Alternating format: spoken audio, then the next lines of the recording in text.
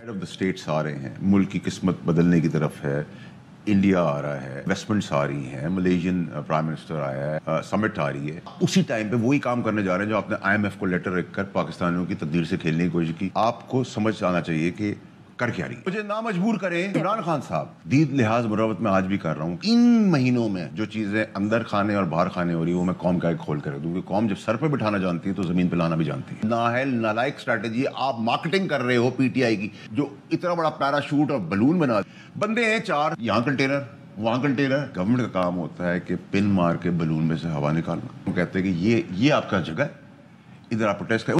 اگر ان کے ساتھ 2500 نہیں 25,000 نہیں 2.5 لاکھ آدمی بھی آتا ہے, کر دیتے ہیں نا. 21 کو کیا ہو رہا ہے آپ کے پیدا ہونے کے علاوہ؟ اس سے پہلے 21 از دا مارکڈ ڈیٹ. تسلسل خبروں کا, اچھی خبروں کا, جس کے لیے 10 سال سے تڑپ رہی تھی پاکستان کی گورنمنٹ. دے فیلڈ, بٹ ٹھیک ہے, SIFC نے وہ بھی کر کے دے دیا. آپ کا ڈالر نیچے, پیٹرول سستا ہوا, مزید سستا ہوگا. بجلی IPP بات ہو گئی, ری نیگوشیٹ ہو گیا, بجلی کم ہوگی, کم مہنگائی کم ہوگی, غریب کو 2 روٹی ملے گی. کس کو دے؟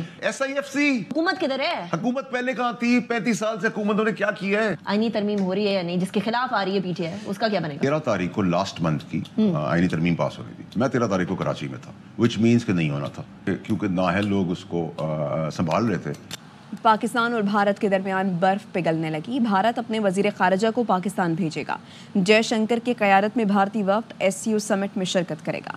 ترجمان بھارتی وزارت خارجہ رندھیر جیسوال نے بتایا, جے شنکر 15 اور 16 اکتوبر کو اسلام آباد میں ہونے والے شنگھائی تعاون تنظیم سربراہ اجلاس میں بھارت کی نمائندگی کریں گے. جے شنکر کے دورہ پاکستان میں 2 طرفہ ملاقاتوں کی تفصیل کچھ دن میں جاری کی جائے گی. بھارتی وزیر خارجہ جے شنکر کا پاکستان کا یہ پہلا دورہ ہوگا.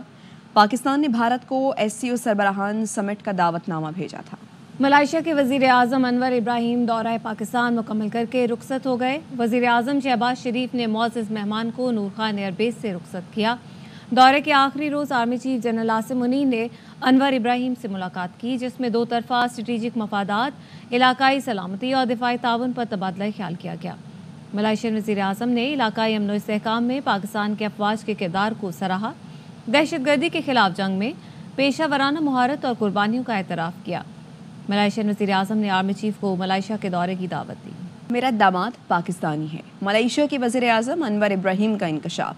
کہتے ہیں اپنے ملک میں موجود پاکستانیوں کی قدر کرتے ہیں. ابتدائی دنوں میں پاکستانی ماہرین نے بہت اہم کردار ادا کیا. اب ہم نے امیگریشن پالیسی کے قواعد و ضوابط بنا لیے ہیں. Period, many Pakistani professionals were there. Doctors, lawyers, engineers. We do recognize that. But of course there are now rules in those immigration policies in terms of those.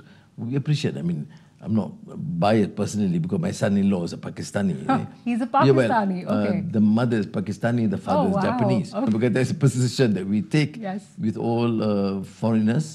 حکومت کا 7 اکتوبر کو یوم یکجہتی فلسطین منانے کا فیصلہ. آل پارٹیز کانفرنس ہوگی. وزیر اعظم سے بلاول بھٹو اور حافظ نعیم الرحمان کی ملاقات کے بعد قومی سطح پر اظہار یکجہتی کا فیصلہ کیا گیا. حافظ نعیم نے کہا حکومت کو فلسطین ایشو پر مزید مؤثر حکمت عملی کی ضرورت ہے. تمام جماعتوں سے ملاقات کر رہے ہیں تو ہم نے حکومت سے بھی یہ کہا کہ غزہ کے حوالے سے 7 اکتوبر کو یوم یکجہتی غزہ حکومت اس کو اناؤنس کرے. ہم نے فیصلہ کیا ہے کہ 12 بجے پورے پاکستان سے ہم اپیل کر رہے ہیں کہ وہ باہر نکلیں, اپنے دفتروں سے, اپنے اسکولوں, کالجوں, یونیورسٹیوں سے اظہار یکجہتی کریں. حکومت اعلان کرے گی تو ہم اس کو بہت بخوشی قبول کریں گے. جمہوری آزادیوں کی بات کی ہے, یہ کہا ہے کہ ایسا ماحول پورے ملک میں ہونا چاہیے کہ جس میں پرامن سیاسی جدوجہد کی جا سکے. شہر بند کر دینا, سیاسی طور پر جو ہے اپنا استعمال کرنے سے روکنا, یہ مناسب طریقہ نہیں ہے. امریکی صدر جو بائیڈن نے کہا ہے کہ اسرائیل نے ابھی تک ایران پر جوابی حملے کی نوعیت سے متعلق حتمی فیصلہ نہیں کیا. وائٹ ہاؤس میں پریس بریفنگ میں انہوں نے بتایا کہ اگر وہ اسرائیلی حکام کی جگہ ہوتے تو ایرانی تیل تنصیبات پر حملے کے بجائے متبادل پر غور کرتے. بائیڈن کا مزید کہنا تھا کہ ان کی انتظامیہ ایران پر پابندیاں عائد کرنے پر غور کر رہی ہے. اور غزہ کے بچوں کو موت کا اتنا یقین ہے کہ وہ وصیتیں لکھ رہے ہیں.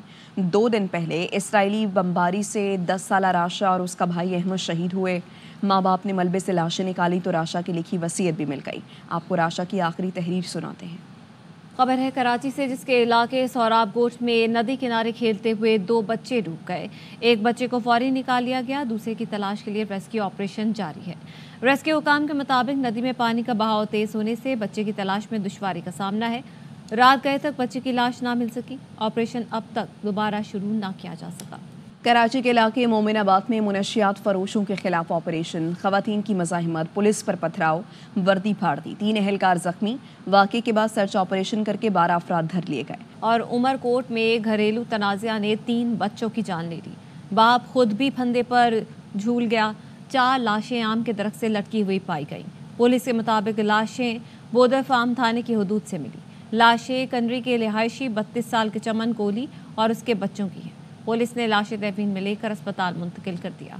موسم سے متعلق خبر یہ کہ ملک کے بیشتر علاقوں میں موسم گرم اور خشک رہے گا، لیکن کہیں کہیں گرج چمک کے ساتھ بارش کا امکان ہے۔ محکمہ موسمیات نے کراچی اور کوئٹہ سمیت دیگر اضلاع میں موسم گرم اور مرطوب رہنے کی پیشگوئی کی ہے۔ آج شام اسلام آباد، اوکاڑہ، سرگودھا، سیالکوٹ، ناروال، پشاور، چارسدہ، سوابی میں کہیں ہلکی تو کہیں گرج چمک کے ساتھ بارش متوقع ہے۔ گورنر سندھ کامران خان تسوری کے اعزاز میں اماراتی قونصل خانے میں عشاء کا اہتمام کیا گیا۔ قونصل خانہ آمد پر متحدہ عرب امارات کے سفیر حماد عبید ابراہیم سالم الزابی، متحدہ عرب امارات کے قونصل جنرل بخیت عتیق رمتھی اور دیگر سفارتی عملے نے خیر مقدم کیا۔ اس موقع پر کھجور کی تاریخ ساز فیسٹیول کے کامیاب انعقاد پر منتظمین کو مبارکباد دیتے ہوئے گورنر سندھ نے کہا کہ فیسٹیول پاکستان اور متحدہ عرب امارات کے درمیان جذبہ خلوص کا واضح اظہار ہے۔ اور لندن میں ورلڈ ویمن آرگنائزیشن کی 22ویں سالانہ جنرل باڈی اجلاس جاری ہے۔ پہلے روز صدر WMO سلمان اقبال نے شرکاء سے مخاطب ہوتے ہوئے تعلیم کی اہمیت پر زور دیا۔ میٹنگ کی روایت جانیے فرید قریشی کی رپورٹ میں۔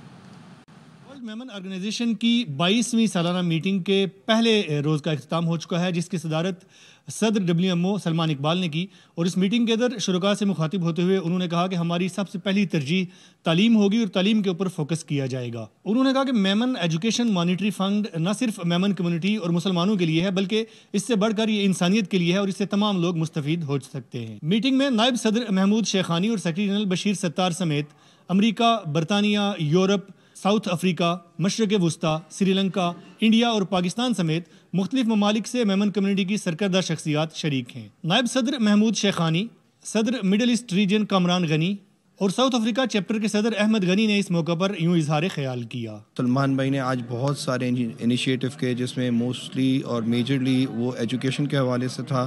ان کا ٹارگٹ یہی ہے کہ پاکستان میں اور انڈیا میں اور دیگر جہاں بھی ایجوکیشن کی ضرورت ہے۔ ہمارا جو مین ایجنڈا ہے، اب جو میمن بچے ہیں، جو نئی جنریشن آ رہی ہے، ان کو ایجوکیٹ کرنا ہے اور ایجوکیشن پہ ہمیں فوکس کرنا ہے۔ We've done some great work, great momentum has been built up.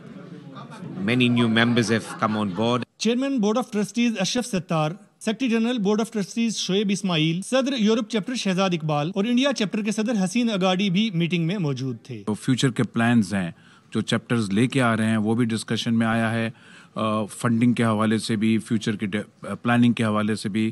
غریبی ہٹانے کے لیے That's our main concern. How are we going to do that? Education, health and medical یہی مشن تھا، یہی مشن ہے، اسی کو لے کے آگے بڑھیں گے۔ انڈیا چیپٹر کا میرا یہ فرسٹ ایئر پورا ہوا اور الحمدللہ اس کے اندر ہم نے بہت کام کیا، ہمارے بہت سے پروجیکٹ ہوئے۔ میٹنگ میں سال 2023 کی سالانہ آڈٹ رپورٹ پیش کی گئی جس کو مینجمنٹ کمیٹی نے منظور کیا۔ اس موقع پر US چیپٹر کو بھی اثر نو متحرک کیا گیا۔ جنرل میٹنگ کے دوران چیریٹی سیکٹر کے ماہر وسیم خماجہ کو WMO کی تاریخ کا پہلا CEO مقرر کیا گیا۔ تو خبر یہ ہے کہ پاکستانی باکسر محمد وسیم نے جارجیا کے جبہ میں مشی سے عالمی رینکنگ فائٹ جیت لی ہے۔ محمد وسیم نے حریف باکسر کو 30 راؤنڈ میں ناک آؤٹ کیا ہے۔ تیسرے راؤنڈ میں باکسر محمد وسیم ناک آؤٹ کے ذریعے 9 باؤٹس جیت چکے ہیں۔ محمد وسیم کے پاس مجموعی طور پر 15 پروفیشنل باؤٹس کا ریکارڈ ہے۔ ICC women's T20 world cup میں بھارتی ٹیم پہلا میچ ہار گئی۔ نیوزی لینڈ نے بآسانی 58 رن سے شکست دی۔ جنوبی افریقہ نے بھی ویسٹ انڈیز کو 10 وکٹوں سے آؤٹ کلاس کیا۔ میگا ایونٹ میں آج بھی 2 میچ کھیلے جائیں گے۔ تمام میچ اسپورٹس پر براہ راست دکھائے جا رہے ہیں۔ اور انگلش کرکٹ ٹیم نے پاکستان کے خلاف سیریز کے لیے کمر کس لی ہے۔ ملتان میں ٹریننگ کا آغاز کر دیا۔ سخت گرمی میں کھلاڑیوں نے 3 گھنٹے بیٹنگ، بالنگ اور فیلڈنگ کی مشقیں کی۔ خبر آپ کو دیں پاک پتن سے، جہاں پر ڈکیتی کے دوران لڑکی سے مبینہ گینگ ریپ واقعے کا ڈراپ سین۔ لڑکی کے بھائی نے مخالفین کو مقدمے میں پھنسانے کے لیے ڈرامہ رچایا، پولیس ایسا بتاتی ہے۔ بات کریں گے، امداد حسین ہمارے ساتھ موجود ہیں۔ آگاہ کیجیے امداد۔